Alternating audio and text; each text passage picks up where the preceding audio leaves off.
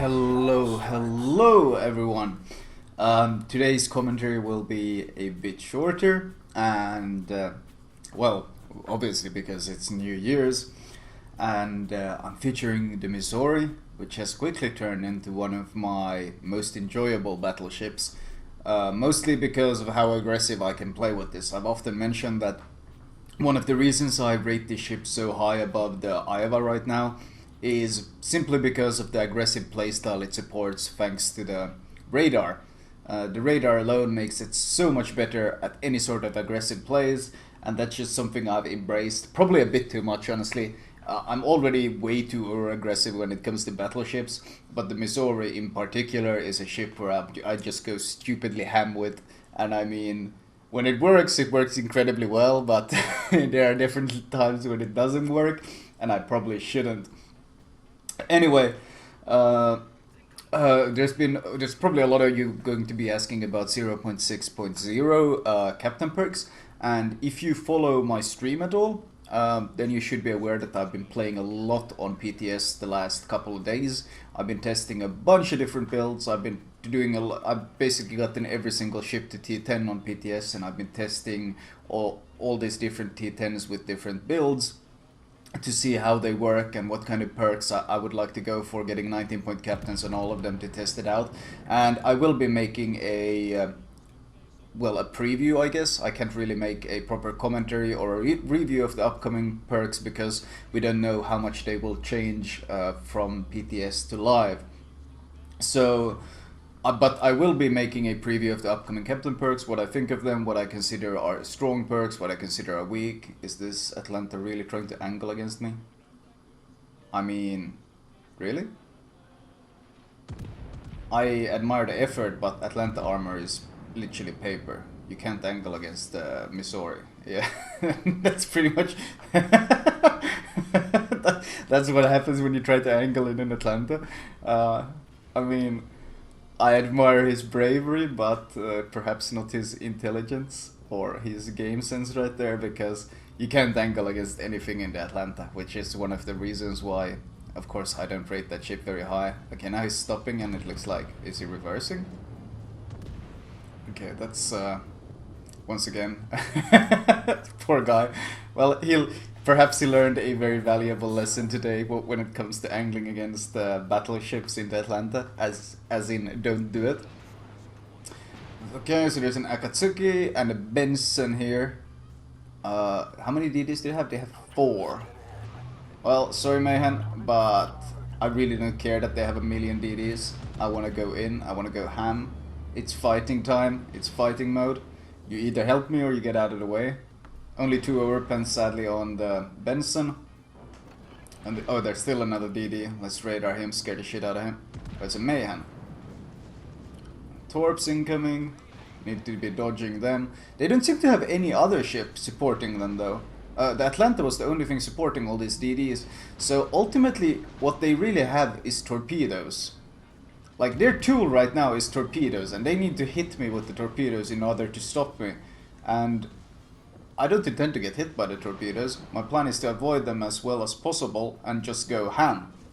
Because the issue when you have only DDs and no cruisers, if you don't have cruisers, you don't have any solid DPM. If you don't have any battleships, then you have nothing preventing me from turning and angling and dodging and actively avoiding the torps as much as I want. So literally, the only thing they have is the torps, which I know will be coming, and of course, I run vigilance on my Missouri. I'm like 99% certain I run vigilance on my Missouri, and it's exactly for situations like these when I can just, well, run into 3 DDs and not give a shit.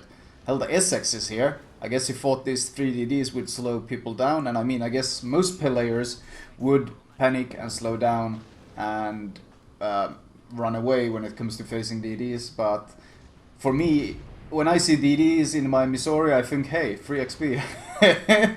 time to gain some XP, time to gain some money. Let's go ham. So his plans didn't really work out when it comes to stopping me. Oh, I need to speed up and turn left. The reason, of course, you turn left into the torps here is the idea is to attempt to swing your tail end around the torps.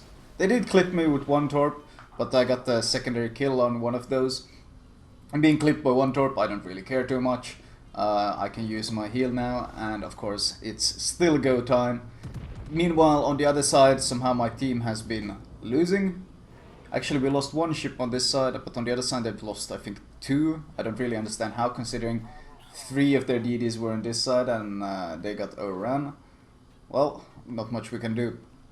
Anyway, where was I? What was I talking about before the Atlanta so hilariously interrupted me? Right, 0.6.0, the preview. I will be making a preview of the upcoming Captain Perks. I still want to test some more stuff on PTS before I make it. But it does seem to be a very considerable change, and my preliminary view of this patch seems to be, well, first of all, it's a pretty big battleship buff in pretty much every single way. Like, you can get so many insanely strong builds on the battleship so easily now, and some classes definitively suffer quite heavily. Well, DDs in general seem to suffer, and carriers probably suffer the most. Cruisers, well, their HE potential goes down a bit as well, so ultimately it just seems like the ones that gain the most out of this patch, 0.6.0, the Captain Perks patch, the ones that gain the most are absolutely battleships, and the ones that get shafted the most are carriers, because it's so much easier to get like these high tier anti-air abilities, and in return the carriers have pretty much no new perks that are that useful. I mean, some of them are extremely situational, which makes them pretty unuseful. So ultimately, I think the carriers are going to get shafted again, which is something they don't exactly need at this point, because carriers are already extremely underplayed, and it's starting to affect balance quite a bit that they're so underplayed.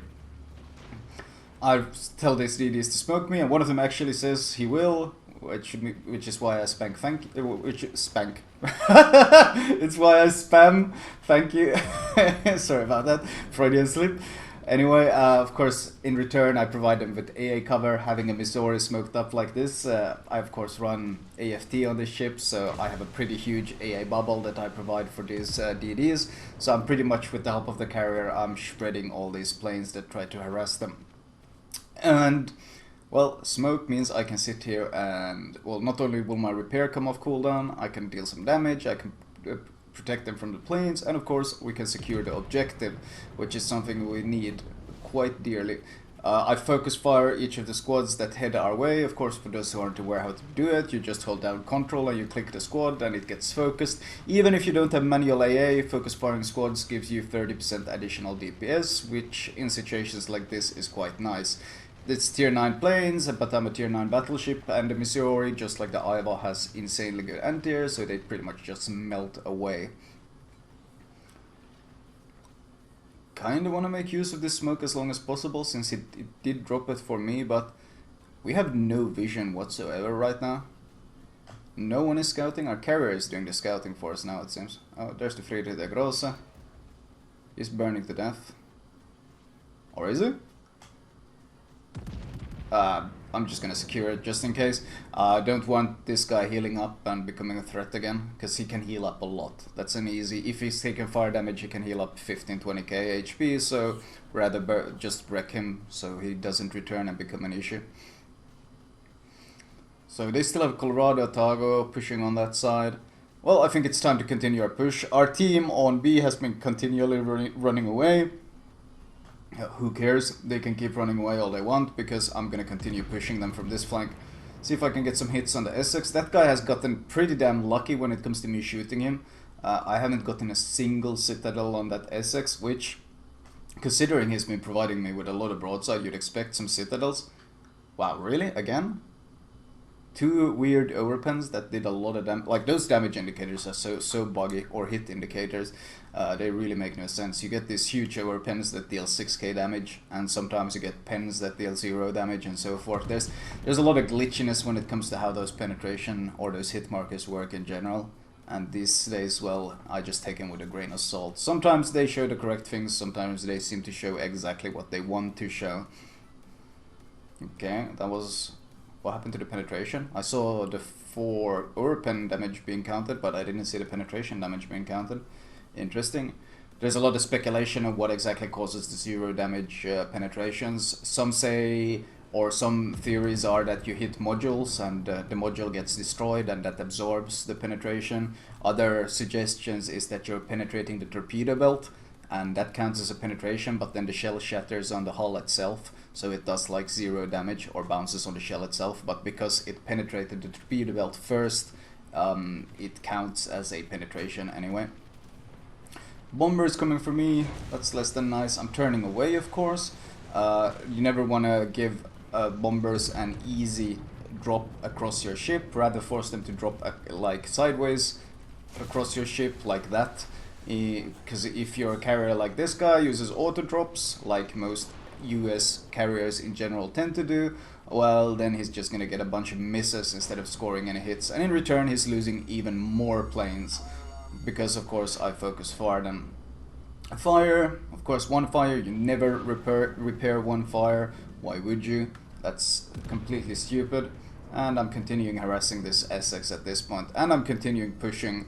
Sadly, my team has, well, I don't really know what they've been doing. We have a Scharnhorst somewhere on B, but the good thing about killing pretty much all they have is our carrier has pretty free farm right now. I turned in left, if you guys didn't notice, when those torp planes came my way, I turned in left towards the island.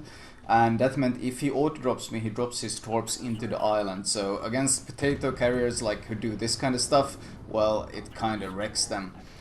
Got my high caliber and Confederate. I popped my repair though to repair those fires, so now I gotta make sure that I don't eat the torp, since I can't afford to eat any flooding because my repair is on cooldown. Gotta wiggle my ship through this, nice. Managed to dodge it. Planes are coming in for me to drop me. I didn't have time to angle against the planes now though, which is a problem, because now he gets to auto-drop across my ship just the way he wants to, and even an auto-dropping Lex, or well, Essex does a lot of damage and he starts 2 fires. So that's gonna eat quite a lot of my damage away. And the Neptune gets very, very lucky. The Neptune is basically made of citadels, but somehow I managed to just get overpens on him instead of getting that juicy citadel that I wanted, because I actually want my Kraken here. But I think pretty much all of them have turned around just to shoot me at this point. I think out of all their remaining ships, the Essex, the Neptune, the Colorado and the Otago, they're all focusing me. Every single one of them is turning around to focus me. So at this point, I probably shouldn't have gone in this ham. Because that's exactly what happens. Regardless though, I had done so much damage this game, and because of all of them focusing me, our carrier just had free farm at this point. And the game ends pretty soon after, and because of course I'm playing the Missouri, and because I did so much destroyer damage and had so much of an impact on the game, I end up getting 1.2 million credits, and of course with the daily win bonus that was going on, I get an absolutely stupid amount of XP and free XP. Looking at the base XP, broke 3,000, 43 planes shut down, which is pretty hilarious in this case. I mean, talk about a bit of a carry in this case. And detailed report wise, you see the damage isn't actually that much. I only did the 138k damage, but so much of the damage was on such significant targets like the Atlanta, the DDs, and like you get rewarded in this game percentage based. So doing 50% of the damage to a DD is just as valuable as doing 50% of the damage to a battleship. So hence the incredible rewards for what seems like not a very high damage game. Credits and XP wise, of course, I run my bonuses because I'm leveling up Steven Siegel on this captain. So I got, thanks to the bonuses that I run, I actually got 32,000 captain XP for this game, which is pretty goddamn hilarious. Anyway, that was my quick Missouri commentary, and I wish all of you a very happy New Year's. And sometime after the new year, a couple days from now probably, I will be featuring the new captain perks. I still want to explore them a bit more and test some stuff out before posting any sort of commentary, because, well, I like to know what I'm talking about. Anyway, I will talk to you guys later.